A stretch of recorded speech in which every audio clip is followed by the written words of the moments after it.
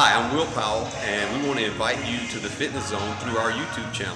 So watch and be sure to like, share, and subscribe.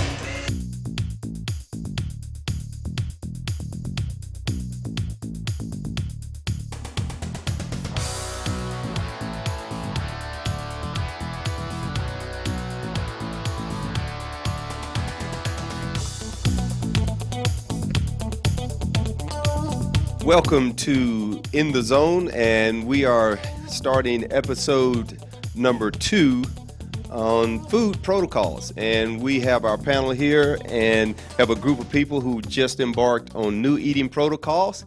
And we talked extensively last week about different aspects of starting new eating protocols. So this week we're going to kind of have a little follow-up and see how everybody's progressing, see what pitfalls they're having, what successes they're having, and just kind of finish this food protocol thing up. So just a quick review.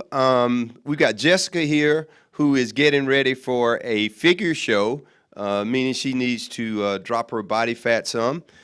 Becky, who's getting ready for a bikini show, who needs to drop her body fat, but not as much as Jess.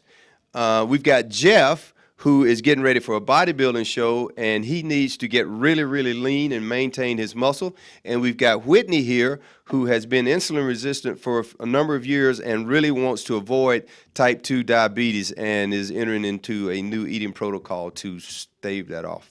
So, and me. I am trying to gain weight, and I want to clarify one thing that I didn't clarify in the last episode. At 58 years old, almost 58 years old, I'm not expecting to gain or grow new muscle, but because of some surgeries that I had this past year, I lost weight down to a 30-year low, and I'm trying to regain that muscle tissue. So I'm trying to volumize my muscles a little bit and gain a few pounds of fat on top of that. So let's go to our panel and talk about, number one, what's it been like these last 2 weeks in this new way of eating. Let's talk about successes and failures. Jessica? The last 2 weeks have been a piece of cake, really. It hasn't. Cake? Yeah. Cake? It hasn't. Cake's on your food plan?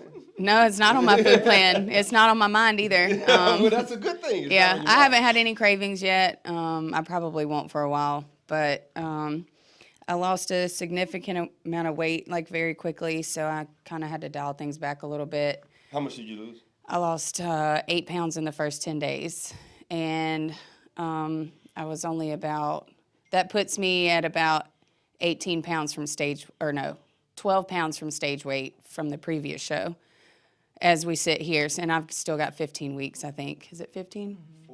14, yeah. So right now I'm just, I kind of took a little bit of the cardio out of my workouts, and I've added more carbohydrates into my meals just to kind of slow down the fat burning process. And I'm really going to take advantage of the opportunity that I have to maybe put on a little bit more muscle, because I didn't think that I would have that opportunity during prep once prep started. But with that volume of carbohydrates, I might be able to put on a little more muscle too, as well as cut the fat. So.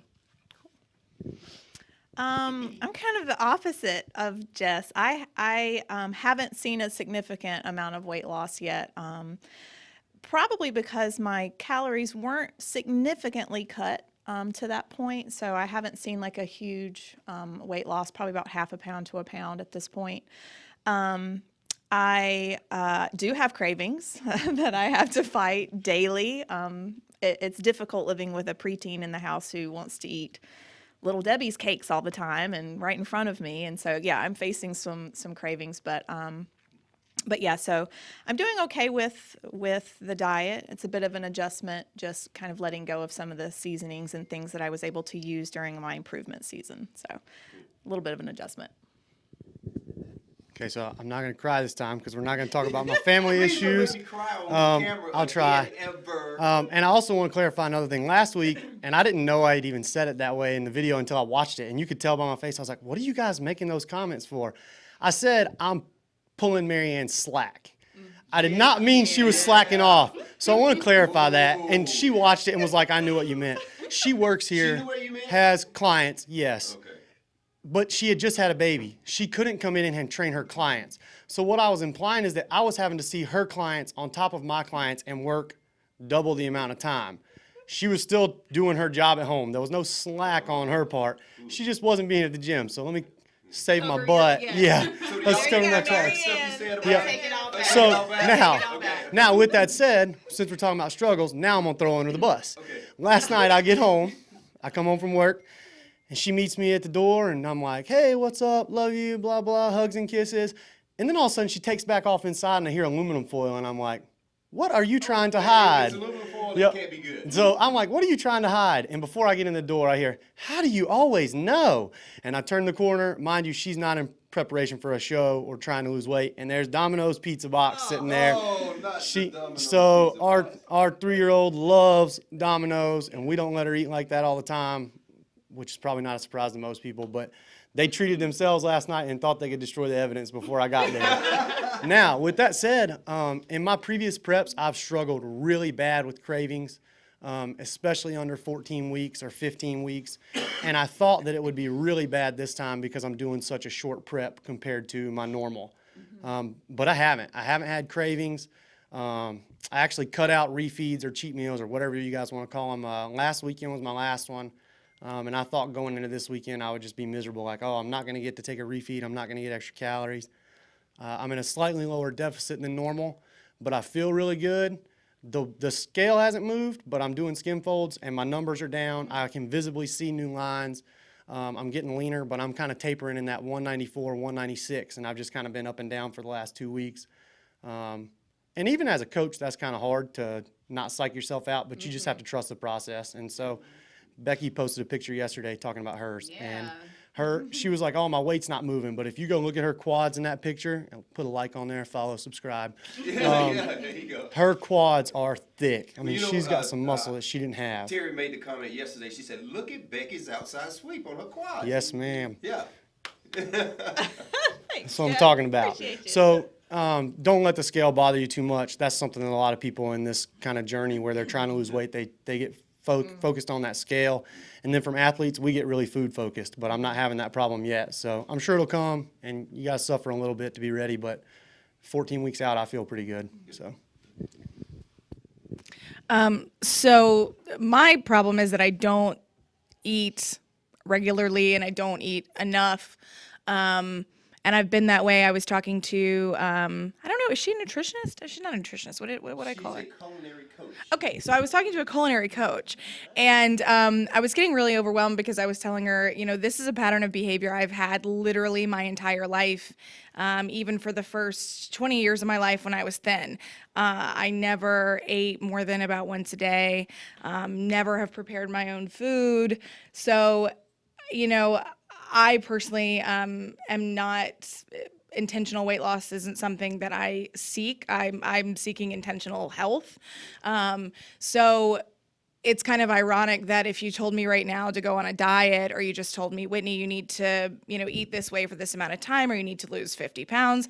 I've done that in my life. I've dieted, I've lost 100 pounds. I've done those things, and that would feel easier than actually trying to change something about my life that I've done for almost 35 years. Yeah. People need to get that. Yeah, so I'm actually really overwhelmed. I've had one day, well, we just started yesterday, so one day where we prepared food, and she was only there with me for about 2 hours. And I was sweating, I was tired, my feet hurt, and she was like, "Look at how easy this was," and I was like, it wasn't as bad as I thought. It wasn't as hard as I thought it was going to be, but I can't say that it was super easy. But she did. I think one thing that will really circumvent some of my challenges is to cook a lot of food in one day and have it for the week, obviously. But even that feels difficult, and I've already eaten like 4 or 5 times in the last 24 hours though, which is crazy. Yeah. I woke up last night in the middle of the night and I was like, I'm hungry. And I went and just ate something. And that is really weird for me. And I'm sure it's like deeply psychological, but I can't really untangle it myself. But she was describing like the way things should be, and she's like, your kitchen should be a place where, you prepare food and meals should be shared with company and all that, and I was like, yeah, that sounds great. And then she was like, you come home and the crock pot's going. And I like started crying, like thinking about that kind of life. So I'm like day 2 trying to get there. We're so excited. One of the things that we've experienced in this country is this loss of the culinary arts. We want our food fast, we want it convenient, we want it cheap. Well, there's no culinary skills involved in doing that. So we've lost that. And what Teresa, as a culinary coach, does is teach us those arts. It is an art. Combining ingredients, chopping food, that's an art. And it's relaxing, it's gratifying, and we need to get back to that. So I think that's a good thing that you've hooked up with Teresa, and this is going to be really good. Now, back to what we're doing here. I want everybody who's listening to understand that we've got people here who need extremely low body fat. We've got people here who just need extremely low blood sugar, not necessarily extremely low blood sugar. But the protocols are the same in that we want to eat foods that nourish our bodies as opposed to foods that tear our bodies down. And the foods are the same. It's just varying degrees of restriction. Okay, so we want to really, really be focused on the fact that not everybody has to sacrifice or restrict at the same level, but the process of procuring, storing, packaging, carrying, and consuming our foods is pretty much the same.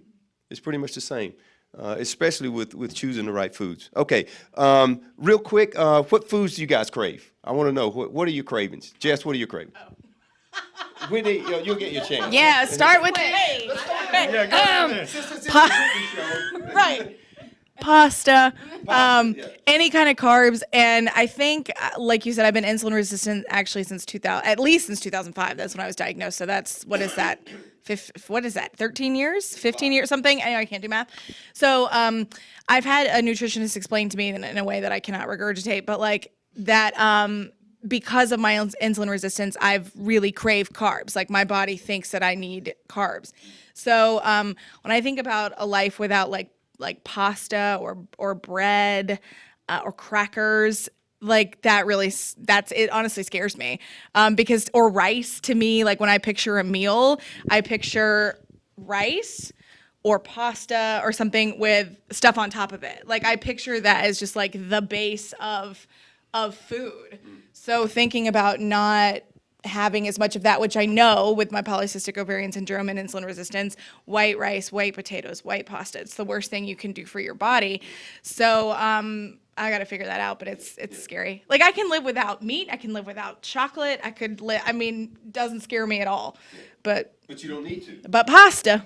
Mm-hmm. So one thing I want to interject right now is that once we learn the culinary arts, we learn those cooking skills, we can take those foods that we like, pasta and rice, and make them conducive to reaching the goal that we have. So that's one of the reasons I suggest people, number one, find a culinary coach or engulf yourself in reading about cooking and how you can combine foods and how you can take these textures and flavors that you're accustomed to and change them or somehow make them more palatable for you. So it's easy to do once you learn the skill. It's 2018. People aren't reading that are watching this. You're already on YouTube. Find something on YouTube. There's people teaching you on YouTube. That's not true. Your dad gave me a book and I read, but most of the people watching this for food don't want to read a whole book on how to cook. Not to offend anyone if you read. Jeff, you're doing a really good job of defending. So I'm a pretty negative person if anybody doesn't know me. Now you know. Talking about, I guess, cravings. I don't really have any yet. I mean, going on what you said, I can cook. At least I think I can cook. I enjoy the way my food tastes. My family enjoys the way my food tastes. And Mary Ann can cook as well. And so I might eat I eat chicken, rice, and sweet potatoes pretty much all day, every day, and I have some tuna and some healthier, like organic mayonnaise type stuff that I use. But usually it's cilantro, onions, sauteing spinach, things like that, mushrooms, things that we're going to add flavor to my food to make food taste good. Now, with that said, I'll be honest, I am lazy. When I prep my meal, it's plain brown rice. I do have some stuff that I put on my chicken that I season it with, just usually, it's sodium. There's no real calories in it, no sugar. And my veggies, they're frozen when I put them in my meal prep. And when I heat them up in the microwave, that's when I cook them. But that's because I'm eating so many times a day. In my off season, I thoroughly enjoy cooking and making food taste good. But when I do go into prep, it's much easier for me, and maybe that's why I'm not having cravings this time, to just shut off that emotional aspect and say, hey, this is about function and fuel and not about flavor. It's not about feeling good. It's about being ready for a goal. And a lot of people think, oh, well, I don't want to eat like that. And you don't have to. You don't have to get sub 5% body fat to be healthy. You're not going to enjoy life if you're trying to get yourself that lean. And so my average client in the gym, they're not bodybuilders. We have athletes, but most of our clients are just people trying to lose weight. And it's fun to teach them how to cook and how to prepare. And so like I have some YouTube videos that we use, and I say, hey, go watch these, and this is how I cook my food. And most of them at the end of the day are like, man, I made my sweet potatoes the way your video says to, and I love those things. Can you write those in all day? And then I'm like, oh God, we got to learn how to cook something else. So if you can learn to cook, you'll fight your cravings. Just to build off what you said. But right now, I don't have any yet. Well, I'll see how that goes. And maybe 2 Fridays from now, I'll let you know. What you craving, Becky? Mine's easy, sweets. Sweets. Any kind of sugary sweet treat. That's what I crave. So, and again, that just stems off of how I was raised and things I ate as a child. I would eat cereal for dinner. Cereal for dinner? Well, when I was a teenager, I would eat cereal for dinner all the time just because I'd be in and out of the house. And my parents would cook, but I don't want that healthy stuff, So I usually combat that. Jeff made a really good point. When you think about what your end game is, what your goals are, I have to really call on that discipline to say I'm not feeding my goal here. I'm feeding my emotions. And that's not productive for me. It creates toxic shame for me later. And I don't have time or room for that. So No toxic shame. What's that? No toxic shame. So I'll usually it usually hits at night when I'm tired and needing a little sugar fix. So to combat that, I will make some caramel tea that Yogi tea makes. It's like a soothing bedtime tea, and I'll just add a couple of stevia drops to it, and it gives me that little bit of. Gives you that what? That little. I want that. That little bit of. Well, y'all never had that. Well, anybody who knows me here knows that I don't even need caffeine. I don't need caffeine. I don't need energy. So that little bit of, gets me kind of. Gives me the satiation of something sweet at night. So that's how I kind of deal with it. Did you talk about your cravings? No. Do you want me to? Yeah, talk about your cravings. Okay. I'll be honest, I don't really have any. But here's the thing. But here's the thing. Even through all last prep, I really had no cravings. You remember you had to force me to take cheat meals. But here's the thing behind that is, it's not like I'm actively telling myself, don't eat that, you don't want it. My mindset has just completely changed. I'm not even the same person I was 2 years ago, So when I look at food, it's not the same. It's not the same as it used to be, When I would wake up at 2:30 in the afternoon after bartending all night the night before, I didn't feel like leaving. I'd been in bed all day, so I would just order whatever was close. I would pay $40 for somebody to deliver me some crappy pasta, and then I eat so much I'm miserable, and then it's just an ongoing process. But as soon as I changed my mindset and realized how miserable I was, I didn't want to feel like that anymore. So it's not even so much a choice anymore for me. It's just, it's just what I do. But another thing is, as you were saying, the variety in the diet and just knowing how to cook and knowing it's not even about the options, it's just knowing what to do with it. Like there's 80 million different ways you can cook a sweet potato. Same with chicken. There are like 40 different things you can do with chicken and different cuts of chicken you can eat that taste different. So there should never really be a deficit of, variety in your food plan. I mean, I eat pizza and burgers and all that stuff. I just make it myself and control the portions so that they fit into my meal plan. So I get my pizzas and burgers and stuff. I don't have to worry about it. Hey, real quick, I know we're short on time, but I don't think we said last week, everybody talked about what their weight was at one point, but I don't think you came out and said at one point you were heavier than you wanted to be, did we? That's right. Yeah. She didn't tell anybody that. So, So you talked yes. about 2 years ago. So how just much weight now. have you lost? At my heaviest, I was somewhere just over 190, and today I'm around 127. That's awesome. Yeah. Where'd you go? In your last show, you went down to? I was 114 like the week of my show. Okay. And I think we carved you up a little bit. Mm-hmm. Yeah. I so you bulked were up looking to a little 118 flat. on Yeah. stage. Yeah, bulked up to 118. Yeah. Just shout out to Jess. She's been through Thanks. it. Thanks. Okay, so good. We're talking about some really extreme, what appears to be extreme measures. But again, I want to keep going back to the theme of the steps, the food choices, the skills needed are all the same, whether you're trying to get to 5% body fat or whether you're trying to get your A1Cs down. These things kind of run together. We're mainly talking about restriction here. There's so much more that we need to talk about in future episodes about food and Things we other like. than restriction. So we're going to close now, but I want everybody to know that as we progress in this YouTube show, we're going to talk about other eating protocols. Like we're going to talk extensively about ketogenic diets. We're going to talk about fasting, both intermittent fasting and long-term fasting. We're going to talk about eating for weight gain. So there's going to be a lot more to talk about. But this whole thing of caloric restrictions, making sacrifices with foods has kind of dominated the conversation to this point. But stay tuned. There's a lot of more positive stuff to come out of this. Thank you for watching. We want you to like, subscribe, and share.